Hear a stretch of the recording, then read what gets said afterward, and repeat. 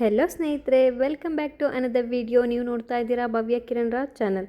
S, Kannada Bhavana ತಂಗುದಾಣ, ಕನ್ನಡ ಭವನದ ಪಕ್ಕದಲ್ಲಿರುವಂಥ ಒಂದು ತಂಗುದಾಣ ಇದು.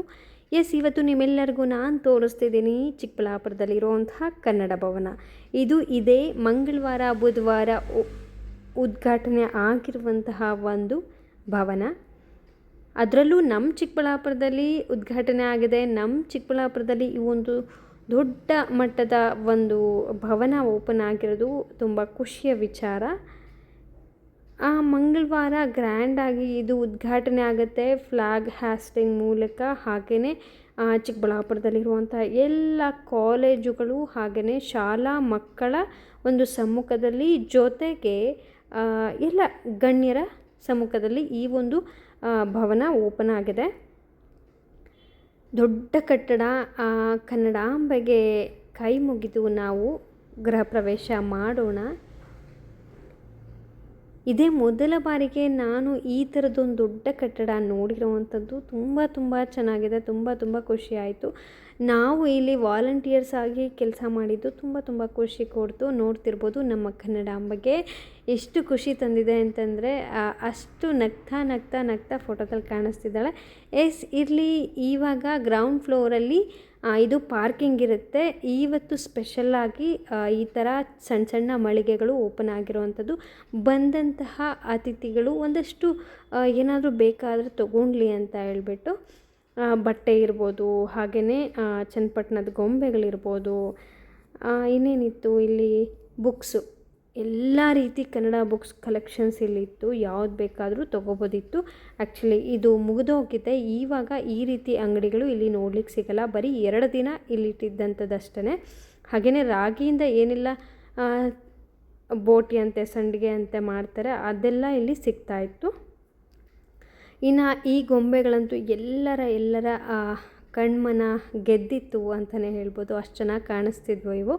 ಜೊತೆಗೆ ಹೋಮ್ ಡೆಕೋರ್ ಐಟಮ್ಸು, ಹಾಗೆಯೇ ಅಡುಗೆ ಮನೆಗೆ ಬೇಕಾದಂಥ ಎಲ್ಲ ಥಿಂಗ್ಸು ಕೂಡ ಇಲ್ಲಿ ಸಿಗ್ತಾ ಇತ್ತು. ಇನ್ನು ಹಣ್ಣಿನ ಬುಟ್ಟಿ ನೋಡ್ತಿರ್ಬೋದು ಯಾವ ಥರ ಇದೆ ಅಂತ ಹೇಳ್ಬಿಟ್ಟು. ಇದು ಕಬ್ಬಿಣದ್ದು, ಬೇಗ ಹಾಳಾಗಲ್ಲ. ಜೊತೆಗೆ ಹಣ್ಣೆಲ್ಲ ಇಟ್ಬಿಟ್ಟು ನೊಣ ಏನು ಬರ್ದಂಗೆ ನೀಟಾಗಿ ಕ್ಯಾಪ್ ಹಾಕಿ ಕ್ಲೋಸ್ ಮಾಡ್ಬೋದಿತ್ತು.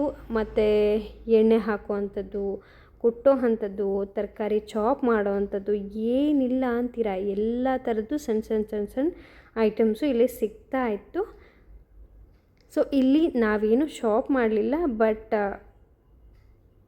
ನೋಡಿದ್ವಿ ಏನೇನಿದೆ, ಏನೇನು ಸಿಗುತ್ತೆ ಅಂತ ಹೇಳ್ಬಿಟ್ಟು. ತುಂಬ ಚೆನ್ನಾಗಿತ್ತು ಕಲೆಕ್ಷನ್ಸ್ ಮಾತ್ರ. ಇದಾದಮೇಲೆ ನಾವು ಒಳಗಡೆ ಹೋಗೋಣ. ಸೊ ಇದು ಒಂದು ಎಂಟ್ರೆನ್ಸು, 2 ಕಡೆ ಎಂಟ್ರೆನ್ಸ್ ಇದೆ. ಇದು ಇನ್ನೊಂದು ಎಂಟ್ರೆನ್ಸು. ಇಲ್ಲಿಂದ ನಾನು ಒಳಗಡೆ ಹೇಗಿದೆ ಅಂತ ತೋರಿಸ್ತೀನಿ. ದೊಡ್ಡ ಕಟ್ಟಡ ಮಾತ್ರ, ನೀವೊಂದು ಸತಿ ವಿಸಿಟ್ ಮಾಡಲೇಬೇಕು. ಸೊ ಇದು ಒಳಗಡೆಗೆ ಹೋಗೋದಕ್ಕೆ ಒಂದು ಎಂಟ್ರೆನ್ಸ್. ಈ ಥರದ್ದು ಒಂದು 4-5 ಎಂಟ್ರೆನ್ಸ್ಗಳಿದೆ.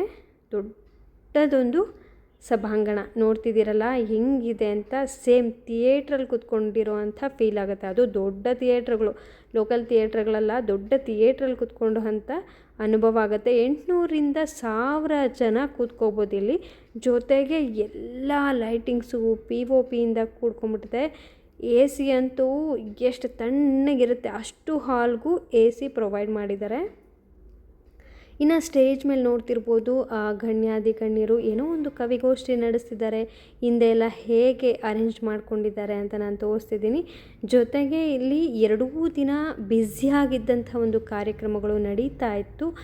ಹಾಗೆಯೇ ಗಣ್ಯರಿಗೆಲ್ಲ ಸನ್ಮಾನ ಮಾಡೋವಂಥದ್ದು ಇರ್ಬೋದು, ಹಾಗೆಯೇ ಸಾಧಕರಿಗೆ ಸನ್ಮಾನ, ರೈತರಿಂದ ಒಂದು ಗೋಷ್ಠಿ, ಮಹಿಳೆಯರಿಂದ ಒಂದು ಗೋಷ್ಠಿ, ಹಾಡುಗಾರಿಕೆ, ಈ ಥರದ್ದು ಇದಿಲ್ಲ ಅನ್ನೋ ಹಾಗಿಲ್ಲ. ಡ್ಯಾನ್ಸು, ನಾಟಕ, 2 ದಿನ ಫುಲ್ಲು ಬ್ಯುಸಿಯಾಗಿದ್ದಂತಹ ಒಂದು ಕಾರ್ಯಕ್ರಮ ನಡೀತು. ಜೊತೆಗೆ 2 ದಿನ ಬಂದಂಥ ಅಷ್ಟು ಅತಿಥಿಗಳಿಗೆ ಊಟದ ವ್ಯವಸ್ಥೆ ಕೂಡ ಆಗಿತ್ತು.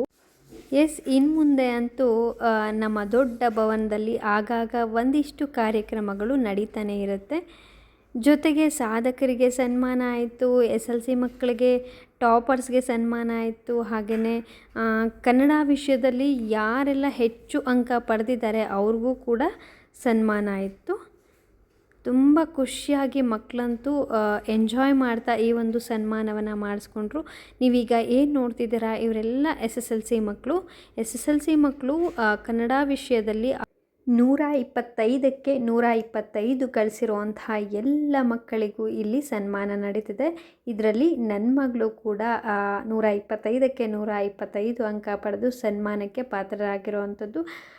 ಇದು ಪೇರೆಂಟ್ಸ್ ಕೂತ್ಕೊಂಡು ನೋಡೋಕ್ಕೆ ಎಷ್ಟು ಚೆನ್ನಾಗಿರುತ್ತೆ ಅಂತಂದರೆ, ನಮ್ಮ ಮಕ್ಕಳು ಏನೋ ಸಾಧಿಸಿದ್ದಾರೆ, ಅವ್ರಿಗೆ ಸನ್ಮಾನ ನಡೀತಿದೆ ಅಂತ ಭಾವನಾತ್ಮಕವಾಗಿ ಕಣ್ಣು ತುಂಬಿ ಬರುತ್ತೆ. ನಾನಂತೂ ಫುಲ್ ಕಣ್ಣಂಚಲ್ಲಿ ನೀರು ಬಂದಿದ್ದು ಸುಳ್ಳಲ್ಲ. ಗಣ್ಯರು, ಅದರಲ್ಲೂ ನಮ್ಮ DC ಸಾಹೇಬರು ಜೊತೆಗೆ ಎಲ್ಲ ಕನ್ನಡಾಭಿಮಾನಿಗಳಿಂದ ಈ ಒಂದು ಸನ್ಮಾನದ ಕಾರ್ಯ ನಡೀತಾ ಇತ್ತು. ಹಾಗೆಯೇ ಎಲ್ಲ ಕನ್ನಡ ಮೇಷ್ಟ್ರುಗಳು ಕೂಡ ಇಲ್ಲಿ ಇದ್ದರು.